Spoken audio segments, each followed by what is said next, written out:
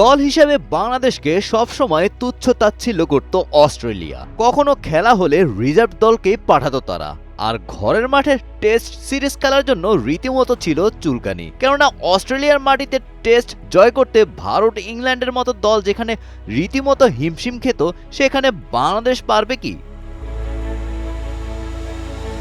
তবে সব সমীকরণের মুখে চুনকালি মেখে প্রথম টেস্ট অনেকটা হেসে খেলেই জিতল বাংলাদেশ।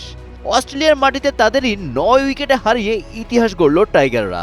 র্যাঙ্কিংয়ের ১ নম্বর দল অস্ট্রেলিয়ার বিপক্ষে ৯ নম্বর দল বাংলাদেশের এই জয় যেন অস্ট্রেলিয়ার গর্বের বিপক্ষে এক স্টেটমেন্ট। ডারউইনের প্রথম টেস্টের আগে ক্রিকেট প্রেমীদের সংশয় ছিল বাংলাদেশ ম্যাচটি তৃতীয় দিন পর্যন্ত টেনে নিতে পারবে কিনা, কিন্তু সব সমীকরণ বুড়ো আঙ্গুল দেখিয়ে টানা ১১টি সেশন ম্যাচ ডমিনেট করে জয় ছিনিয়ে নেয় টাইগাররা।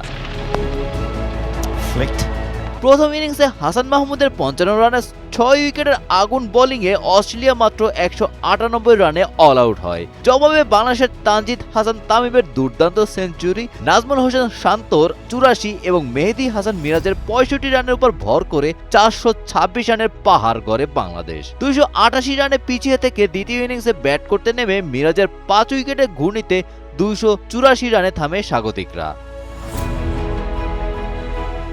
জিততে বাংলাদেশের প্রয়োজন ছিল মাত্র ৫৭ রান। ১ উইকেট হারিয়ে অনায়াসেই সেই লক্ষ্যে পৌঁছে যায় বাংলাদেশ। এশিয়ার অন্য পরাশক্তিদের যেখানে অস্ট্রেলিয়ার মাটিতে জিততে দশকের পর দশক লেগেছে, সেখানে বাংলাদেশ নিজেদের তৃতীয় ডারউইন টেস্টে এই ঐতিহাসিক গৌরব অর্জন করল। Golam Rabbani, Times today.